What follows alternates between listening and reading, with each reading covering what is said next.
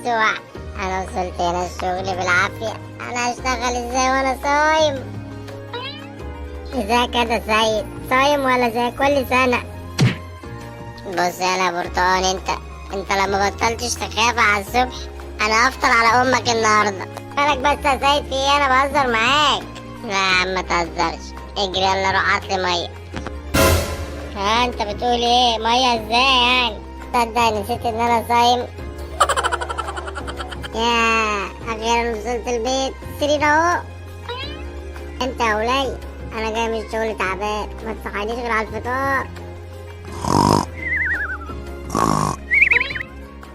يا سيد، يا سيد، سيد يا بنت المقبولة، انت حد يصحى حد كده؟ ايه ده؟ هو انت كنت نمت؟ معلش ما خدتش بالي. وانت عايزة مني ايه دلوقتي؟ اديكي صحتيني، عايزة ايه مني؟ عايزاك تقوم يا سيد، عايزاك تحس بمشقة الصيام. قوم يا حبيبي اقعد معانا.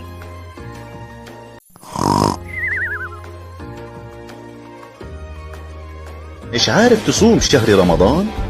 الصوم متعبك مخليك تموت من الجوع، عطشان وجسمك مش متحمل؟ مفاجأة، عندنا الحل، احنا هنصوم مكانك ونصلي كمان وانت خليك مستريح. كل ده بس ب 899. ده انا لازم اكلمهم بقى. يا عم هو كله طاير كده ليه؟ هنروح بالتمر ده يعني ولا ايه؟ ما هو يعني ما حدش هيوقف لك علشان ياخد تمر، وهو كده كده راح ياكل محشي.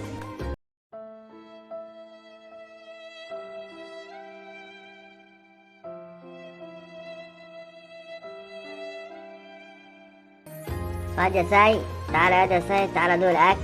ده على اساس ان انا فاطر يعني؟ ها يا ماما سيبيني في حالي والنبي، انا ورايا امتحانات. عليكم ورحمة الله وبركاته، رمضان كريم وكل سنة وانتم طيبين. ايه يا ترى اللي بيروح الرمز دول بيكونوا عارفين ان هو مقلب ولا لا؟ انت يا بنت يا سلمى قومي يلا تعالى اعملي الاكل. حاضر جاي اهو. هو فاضل قد ايه على اذان المغرب؟ انت حبيبي كده الدور قدن وفاضل 5 ساعات. ما انت ليكي حق تضحكي، ما انت اصلا مش صايمه. بقول لك يا معلم، انا خدت من امك 20 جنيه عشان الزينه، هتخش بقى اقلب ابوك في 20 زيهم. لا يا حبيبي انا مش فاضي دلوقتي، انا امك مداني عطيه فانزل اوديهم للناس اللي تحت. ماشي بس اوعى تاكلهم يا فاطر. ها هو مين ده اللي فاطر يالا؟ ايوه انت فاطر، وريني لسانك كده. شكلي كده مش هوريك لساني، انا هوريك حاجه تانية. اصحى نايم واحد نايم. عمو قول اصحى يا سيد. طب ما انت صح يا سيد. ماشي، بتنك جبنا يوم الوقفه، اشوف اعمل فيك ايه. الفجر هيقدم.